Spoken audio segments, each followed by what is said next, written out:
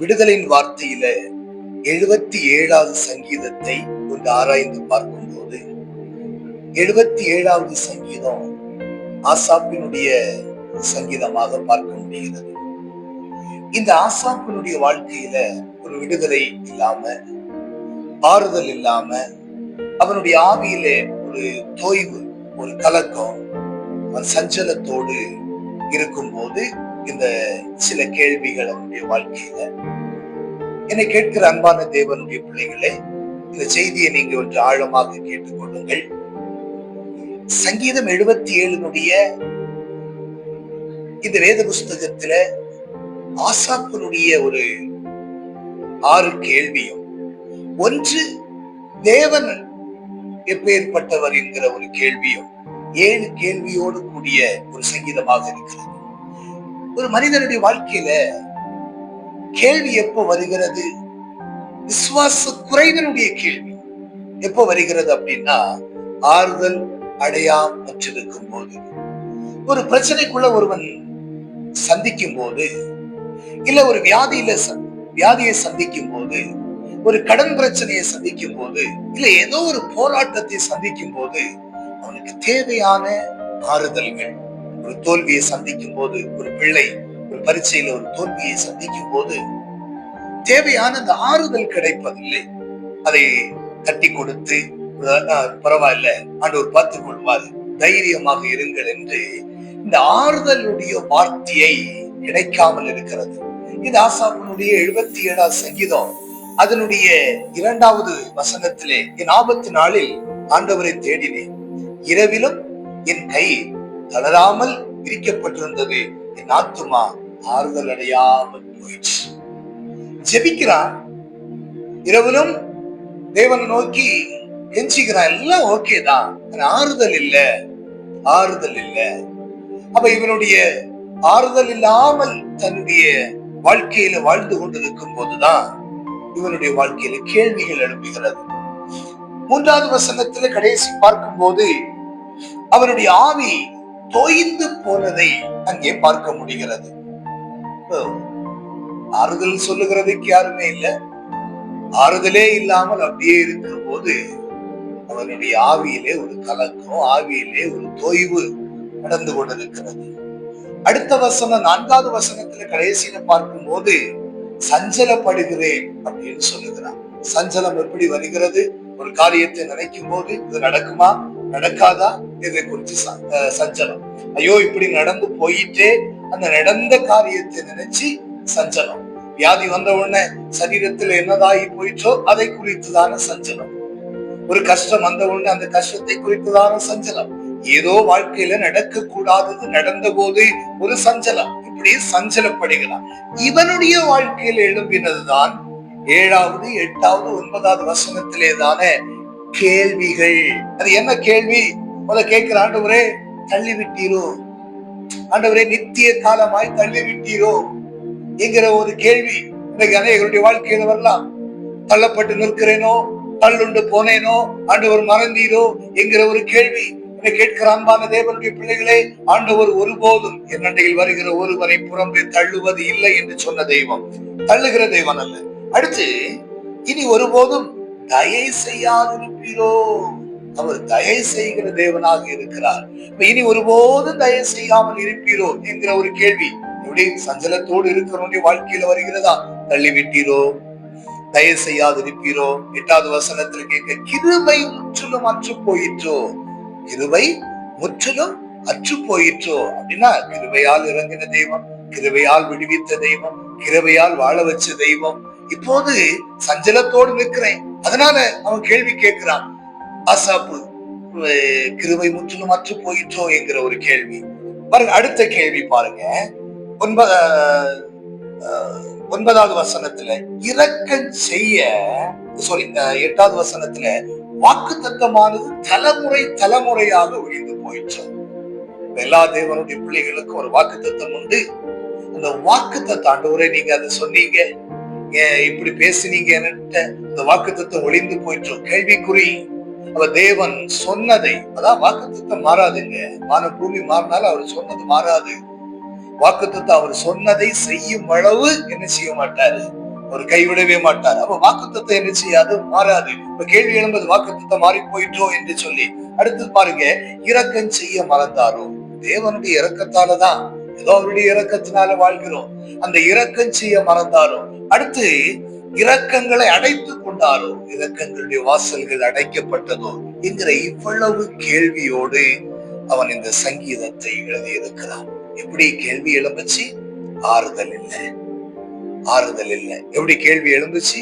ஆவியில தொய்வு வந்துச்சு. ஆறுதல் இல்லைன்னாலே ஆவியில தொய்வு வரும், தொய்வு வந்துச்சு. அடுத்து சஞ்சலம், சஞ்சலம். அதுக்கு பிறகு கேள்வி. ஆனா இவ்வளவு வாழ்க்கையில அனுபவிச்ச அவன் 13வது வசனத்துல அதுல அழகாக சொல்லுகிற, நம்முடைய தேவனை போல பெரிய தேவன் யார்? அந்த இவ்வளவு சஞ்சலத்தோடு இருந்தவன் அப்படி சொல்லுகிறான் ஒரு முழு மனதோடு, நம்முடைய தெய்வத்தை போல பெரிய தெய்வம் யார் அப்படின்னு ஆசாப்புக்கு ஒன்று தெரியும். நான் சஞ்சலப்பட்டாலும், என்னுடைய ஆவியில ஒரு தொய்வு வந்தாலும், நான் ஆறுதல் அடையாம போனாலும், என்னுடைய தெய்வம் பெரியவர். எத்தனை பேருக்கு புரியுதுன்னு எனக்கு தெரியல. நம்முடைய தெய்வம் பெரியவர். ஏன் அப்படின்னா அவர் பெரிய காரியங்களை செய்கிறவர். ஆசாப்பனுடைய வாழ்க்கையில் அதன் பிறகு பார்க்கும்போது அவருடைய 12வது வசனத்தில் சொல்லுகிறார், உம்முடைய கிரியைகள் எல்லாம் தியானித்து உம்முடைய செயல்களை யோசிப்பேன் அப்படின்னு. ஆசாப்பு தேவனுடைய கிரியைகளை எல்லாவற்றையும் தியானித்த போது நம்முடைய தெய்வம் பெரியவராக தெரிஞ்சார். ஒன்று உங்களுக்கு நன்றாக புரிந்திருக்கும் என்று நினைக்கிறேன். ஒருவேளை ஆறுதல் இல்லாமல் இருக்கிற தேவனுடைய பிள்ளைகளை, ஆவியில ஒரு தொய்வோடு இருக்கிற பிள்ளைகளை, சஞ்சலத்தோடு இருக்கிறவர்களை, கேள்விகள் பலது இனி என் வாழ்க்கையில் ஒரு ஆசீர்வாதம் வருமா? இனி என் வாழ்க்கையில் முன்னேற்றம் வருமா? இனி என் வாழ்க்கையில் விடுதலை வருமா? என் சரீரத்தில் சுகம் வருமா? இனி நன்மை வருமா என்கிற கேள்வியோடு இருக்கிற தேவனுடைய பிள்ளைகளே, கர்த்தருடைய கிரியைகளை ஆராய்ந்து பாருங்க. அப்படி ஆராய்ந்து பார்க்கும் போது தேவன் இனி செய்கிறதுக்கு எதுவுமே கிடையாது, ஏற்கனவே செய்து வைத்திருக்கிறார். ஏன்னா நம்முடைய ஆண்டவர் பெரிய தெய்வம், பெரிய தெய்வம். அவர் நிச்சயமாகவே அழைத்து கொண்டு பாதி வழியில விடுகிற தெய்வன் அல்ல. அவர் வெறுமையாக விடுகிற தெய்வன் அல்ல, வெறுங்கையாக விடுகிற தெய்வன் அல்ல.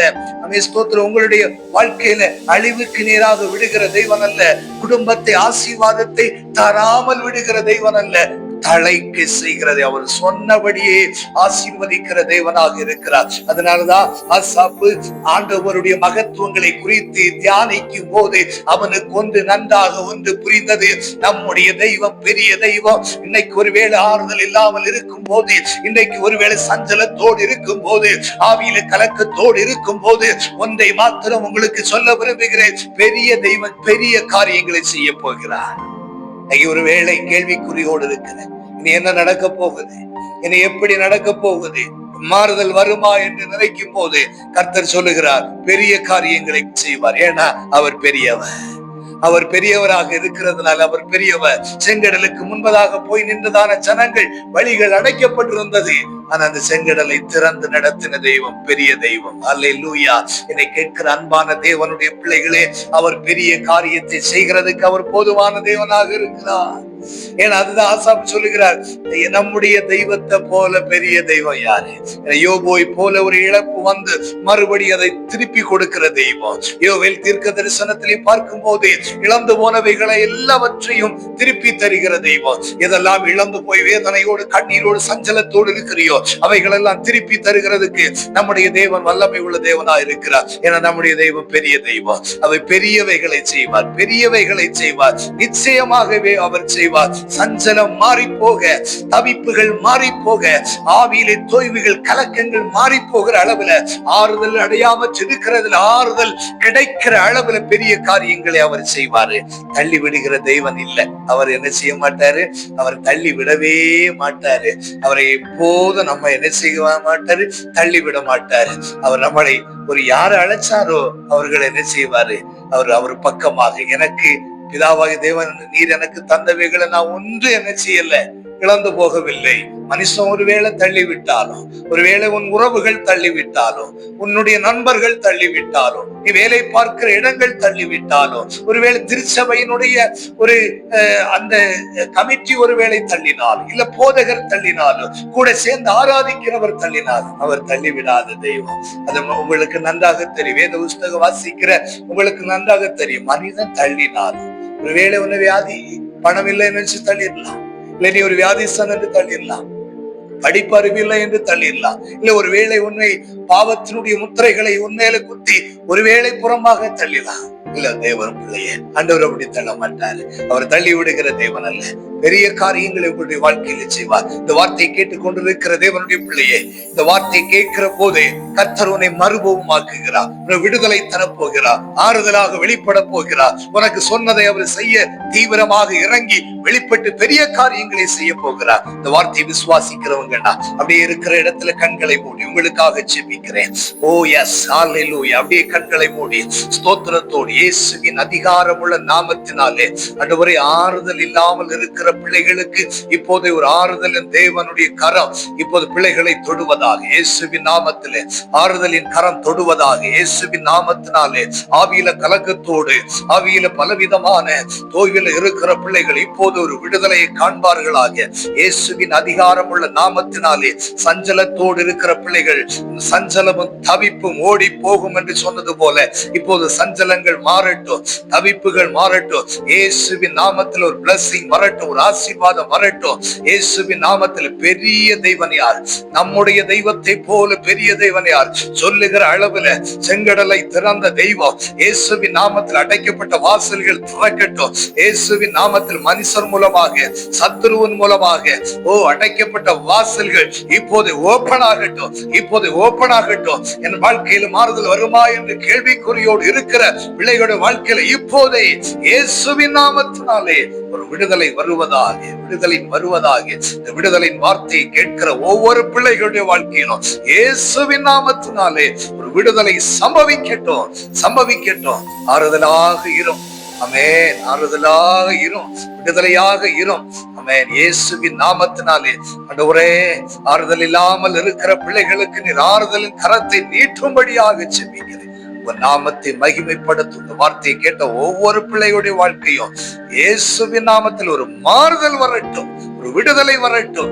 என் தேவன் பெரியவர் என்று சொல்லுகிற அளவுல ஒரு அற்புதத்தை காண உதவி செய்யும். பெரியவர், என் தேவன் பெரியவர் என்று சொல்லுகிற அளவுல கர்த்தர் அற்புதங்களை காண உதவி செய்யும். அப்படியே செய்யும். ஆசீர்வதி இயேசுவின் நாமத்தில் பிதாவே. ஆமென், ஆமென். கர்த்தர் உங்களை ஆசீர்வதிப்பாராக. விடுதலையின் வார்த்தையை தொடர்ந்து கேளுங்கள். கர்த்தருடைய நாமம் மகிமைப்படுவதாக. ஆமென், ஆமென். God bless you.